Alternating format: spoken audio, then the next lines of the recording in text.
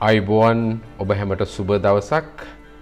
ව්‍යාපාරයක් ආරම්භ කරන්න සිහින මවමින් ඉන්න ඔබට, ව්‍යාපාරයක් ආරම්භ කරන්න ආසාවෙන් ඉන්න ඔබට ඒ සිහිනය සැබෑ කරගන්නට යම් අත්වලක් වන ආකාරයේ අපූර්ව වීඩියෝකුයි මේ ඔබට ඉදිරිපත් කරන්නේ. ව්‍යාපාරයකට සාර්ථක පියවර තබන්නේ කොහොමද කියන එක ලොකු ප්‍රශ්නයක්.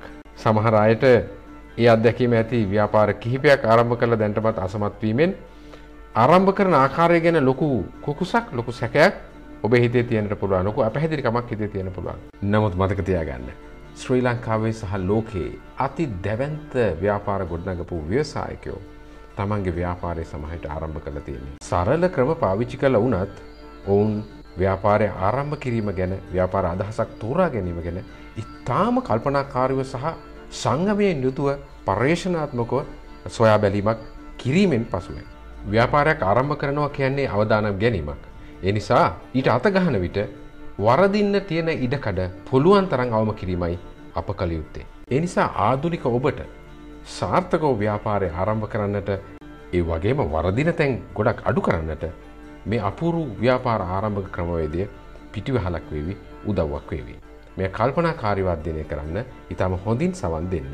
එවිට ඔබට සාර්ථකව මේ ක්‍රමය ක්‍රියාත්මක කරන්න හැකි වේවි.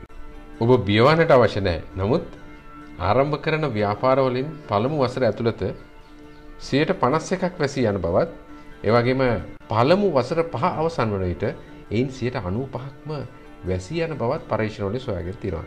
හැබැයි වාසනාවකට මේ දත්තයන් මීට වඩා බොහොම ධනාත්මක බව මෑතකදී කළ පරීක්ෂණවලින් හෙළි වෙලා තියෙනවා. මම මෙතෙන්දී ඔබට යෝජනා කරන ව්‍යාපාර ආරම්භන ක්‍රමවේදයේදී අප එකවරම තෝරාගත යුතු, එහෙම නැත්නම් ආරම්භ කළ යුතු ව්‍යාපාරයට නැත්නම් ව්‍යාපාර අවස්ථාවට යන්නේ නැහැ. ඊට පෙර අප පළමු පියවර හැටියට කරන්නේ ව්‍යාපාර අවස්ථා, එහෙම නැත්නම් ව්‍යාපාර අදහස් හැකිතාක් අපේ සිත තුළ කලම්බණය කිරීමයි. කොලයක් සහ පැහැනක් අරගෙන මේ අභ්‍යාසය ඉතාම පහසුවෙන් ඔබට කරන්නට පුළුවන්. නිදහස් වෙලාවක්, නිදහස් තැනක් තෝරගෙන ඔබේ සිතට එන, සිතේ තියෙන සියලුම ව්‍යාපාර අවස්ථාවන්, ව්යාපාර අදහස් කොලේ පුරා පෙළගස්සන්නට උත්සාහ කරන්න. එයයි පළමු පියවර. මේ ව්‍යාපාර අදහස් ලයිස්තුව ව්‍යාපාර අවස්ථා 15ත් 30ත් අතර ප්‍රමාණයක් දක්වා සකසා ගන්නට ඔබට පුළුවන් නම් ඔබ දිනු. එය ඉතාම සාර්ථක පරිශ්‍රමයක්. මේ විදිහට ආරම්භ කරන ව්‍යාපාර අදහස් තෝරා ගැනීමේ වැඩපිළිවෙල ක්‍රමයෙන් ඔබට පුළුවන් ඊළඟට ව්‍යාපාර අවස්ථා ඇගීමට ලක් කරන්න පුළුවන්. ඊළඟට ව්‍යාපාර අවස්ථා සියල්ල අතරින් හොඳම ව්‍යාපාර අවස්ථා තෝරා ගැනීමක් කරන්නට පුළුවන්. ඊළඟ පියවරේදී ඒ තෝරාගත් අවසාන ව්‍යාපාර අදහස් පිළිබඳව ව්‍යාපාර තොරතුරු සොයා බැලීමක්, ව්යාපාර තොරතුරු සමීක්ෂණයක් කරලා බලන්න පුළුවන් ඔබට. ඔබ තීරණය කරගත්තු අවසාන ව්‍යාපාර අවස්ථාවලට අදාළ භාණ්ඩ, නිෂ්පාදන, සේවාවන් මොනවද, ඒවයි මිල ගණන් මොනවද කියන කාරණා ඔබට සොයා බලන්නත් පුළුවන්. ඒවා සපයන, එම නැත්නම් නිපදවන්නෝ නිෂ්පාදකයෝ කවුද? ඒ වගේම ඒ පිළිබඳව වෙළෙන්දන්ගේ අදහස්, මේ ආදී දේ ඔබට රැස් කරන්නට පුළුවන්. ඒ විදිහට තොරතුරු රැස් කරගත්තට පස්සේ දැන් ඔබට තියෙනවා ඊටාම තීරණාත්මක වැඩක්. ඒ තමයි ඒ සොයාගත්තු, සපයාගත්තු තොරතුරු ඔබ ඉදිරියෙන් තියාගෙන ඔබ මෙන්න මේ වගේ ප්‍රශ්න ටිකක් අහන්නට ඕනේ. මේ ප්‍රශ්න වලින් ඔබට අවසාන වශයෙන් තෝරගත්තු හොඳම ව්‍යාපාර අදහස් කිහිපයෙන් උනත් වඩා සුදුසු සහ නොගැලපෙන ව්‍යාපාර මොනවද කියන එක තීරණය කරගන්නට ඉඩකඩ ලැබෙනවා. මේ බර තැබීම සහ ගණනය කිරීම ඔබ නිවැරදිව කළොත් ඔබට ඊටාම ගැළපෙන ව්‍යාපාර අදහස තෝරා බේරා ගන්නට ඔබට හැකි වේවි. දැන් ඒ වෙනකොට ඔබ තෝරගෙන තියෙන ඊටාම වටිනා නිවැරදිම ව්යාපාර අදහස නම් ඊළඟට ඔබට තියෙන්නේ ඒ ව්‍යාපාර අදහස පිළිබඳව ටිකක් ගැඹුරින් සමීක්ෂණය කර බැලීමක්, එහෙම නැත්නම් වෙළඳපොළ සහ ඉල්ලුම පිළිබඳව හොඳ සොයා බැලීමක් කිරීමයි. බොහෝ අය මේ පියවරට එතරම් වැදගත්කමක් නොදී ව්‍යාපාරය ආරම්භ කරන්න කලබල වෙනවා. එහෙම කරන හැම කෙනෙක්ටම හැරිලා ආපහු ඇවිත් ඒ වැරදි අඩුපාඩු හදන්න වෙනවා. මොකද කිව්වොත් ඔබට මුදලින් විශාල පාඩුවක් සිද්ධ වෙනවා ව්‍යාපාරය ආරම්භ කරපු පළමු මාස 6 ඇතුළත ඔබ නිවැරදිව සමීක්ෂණය නොකළොත්. ඔබ තීරණය කරපු ව්‍යාපාරයේ පාරිභෝගිකයින්, ඊට සමාන ව්‍යාපාර කරන ව්‍යාපාරිකයින්, සැපයුම්කරුවන්, ඔබට උපදෙස් ලබාගත හැකි උපදේශකයින් ආදී විවිධ පාර්ශ්වයන් මුණ ගැහෙන්නට පුළුවන්.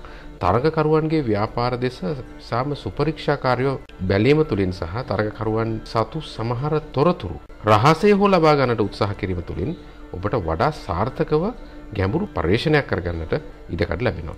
මතක තබා ගන්න මේ අධීරයේදී ඔබට කළ හැකි විශේෂ දේවල් තමයි නිෂ්පාදන අත්හදා බැලීම් කිරීම, ඒ වගේම නිපද වූ සමහර සාම්පල නිෂ්පාදන වෙළඳපොළට නිකුත් කිරීම තුළින් හිතවතුන් අතරේ බෙදා හැරීම තුළින් ඔවුන්ගේ අදහස් සහ ඔවුන්ගේ ප්‍රතිපෝෂණය ලබා ගැනීම ඉතාම වැදගත් වෙනවා ඉදිරි පියවර සඳහා.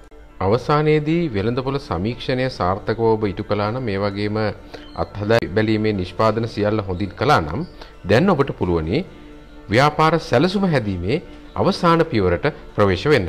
සාර්ථක හා නිවැරදි ව්‍යාපාර සැලසුමක් සකසා ගන්නා ආකාරය ගැන ඉදිරි වීඩියෝ පාඩම් වලින් ඔබත් සමග සාකච්ඡා කරන්නට මා සූදානම්. මෙතෙක් අප සාකච්ඡා කළේ ඊටම කෙටියෙන් සංක්ෂිප්ත වශයෙන් ව්‍යාපාරයක් ආරම්භ කිරීමට ඔබ සූදානම් විය යුතු පියවරයන් සම්බන්ධව පමණයි. තවමත් අපි ව්‍යාපාරය ආරම්භ කිරීමට සූදානම් නැති බව හොඳින් මතක තබා ගන්න.